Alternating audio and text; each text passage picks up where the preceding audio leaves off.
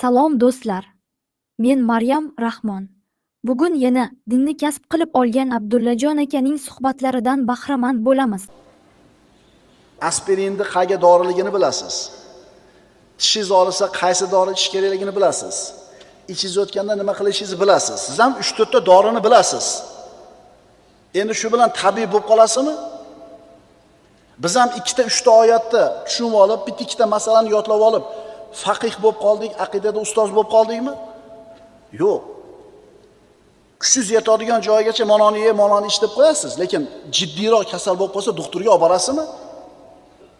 Yo o'z xalq qo'yarasizmi? Siz imomlar doim tor doirada fikrlaysizlar. Kasal bo'lsang tabibga borasan.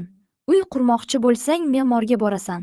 Shunday ekan e'tiqod masalasida bizga kel deysizlar. Keling, sizning bu iddaoingizni bir tahlil qilib ko'raylik. Agar tabibga borsa-ku, lekin tabib uquvsiz chiqsa kasalimiz zo'rayishi yoki nari borsa hayotimizdan ayrilishimiz mumkin. Agar me'morga borsa-ku, lekin me'mor uquvsiz chiqsa uyimiz qulashi yoki nari borsa hayotimizdan ayrilishimiz mumkin. Sizlarga borsa-ku, lekin siz ko'rsatgan yo'l noto'g'ri bo'lsa, bu safar hayotimizdan ayrilish bilan qutula olmaymiz. Bu gal oxiratimizdan ham mosuvo bo'lamiz. Oxiratda men falonchi imomga quloq solganman degan bahona o'tmaydi.